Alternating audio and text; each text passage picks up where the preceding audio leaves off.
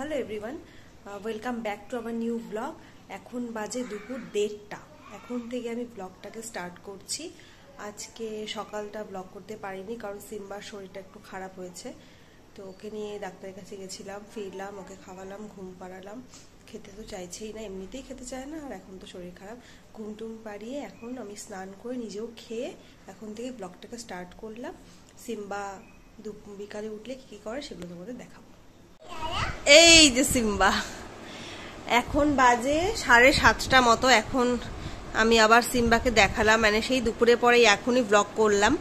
সিম্বার যেহেতু আজকে শরীরটা ঠিক নেই, এখন একটু ওর শরীরটা তবু ঠিক আছে, একটুখানি অল্প একটু খাওয়ালাম, তারপর এখন একটু জল খাচ্ছে। দেখো আমাদের বিছানার কি অবস্থা, কি করব এখন। এই যে নিচে খেলনা ছড়িয়ে রাখছে, ওকে নিয়ে আমি পারছি না। এখন ওর পাপা আসবে, তারপর ওকে নিয়ে খেলবে, তখন আমি আবার গোছাবো। আসবে, বাবাই আসবে। তুমি বলো বাবা, তোমার এখন শরীর ঠিক লাগছে? খারাপ লাগছে সত্যি? দুত্তু কথা, দুত্তু কথা, একদমই দুত্তু কথা। এই দেখো সিম্বা জল নিয়ে পিগি ব্যাংকে স্নান করাচ্ছে। ও বলে নোংরা হয়ে গেছে, এখন ওকে স্নান করাবে। ওকে স্নান করাচ্ছ কেন?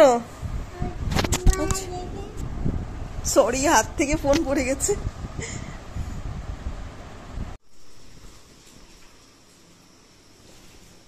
কালকের ব্লগটাকে আর শেষ করা হয়নি, তাই সকালবেলা উঠেই ব্লগটা শেষ করলাম। সিম্বা এখনো ঘুমোচ্ছে, ও 4টের দিকে উঠেছিল, ওঠার পর একটুখানি খেয়েছে, খাওয়ার পর এখন আবার ও ঘুমোচ্ছে।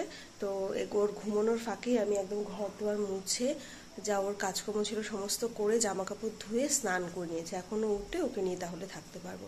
আজকের ব্লগটা এটুকুই। যদি কিছু ভালো লেগে থাকে please do like, comment, share and subscribe.